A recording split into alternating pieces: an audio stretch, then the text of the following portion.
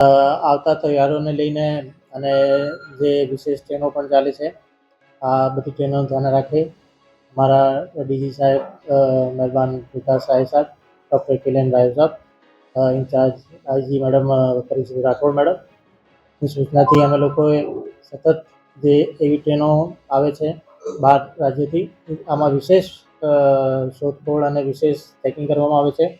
આ ચેકિંગ દરમિયાન આજે સવારે આશરે 2:30 વાગે પૂરી અમદાવાદ ટ્રેન આવે છે. આ ટ્રેન જ્યારે વડોદરા સ્ટેશન પર આવી તો અમારા જે સ્ટાફ હતા એમને એવી સૂચના મળી કે જનરલ કોચ અને સ્લીપર કોચ વચ્ચેની જે જગ્યા હોય ત્યાં એવા સસ્પેક્ટેડ બેગ મૂકેલા છે.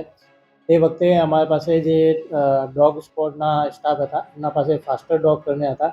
એ ડોગને ત્યાં લાઈને જ્યારે ચેક કરાયો તો તરત જ ડોગ જે છે આઈડેન્ટિફાઈ કરી લીધું કે આમાં ગાંજા જેવી કોઈ વસ્તુ છે. અને જ્યારે અમે લોકોએ બેગ ખોલીને ચેક કર્યો તો આમાં ખરેખર અમે 15 કિલો જેટલો ગાંજો પણ મળી આવેલા હતા. આ જ રીતે અમે લોકોએ સુરતમાં પણ આજે ચેકિંગ કરાવી હતી.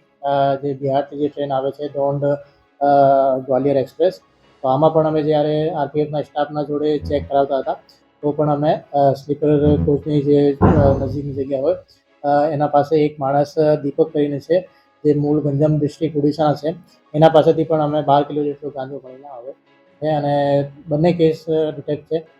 પહેલા કેસમાં અમે લોકોએ ડિટેક્શન કરી રહ્યા છે કે કોણ લાવ્યો અને ક્યારે અહીંયા મૂકીને ગયો હતો, અને બીજા કેસમાં જે આરોપીની ધરપકડ થઈ છે આમાં અહીંયા સુરતમાં કોણે આપવાનો હતો અને ક્યાંથી લાવ્યો, આ બધી તપાસ ચાલુ છે.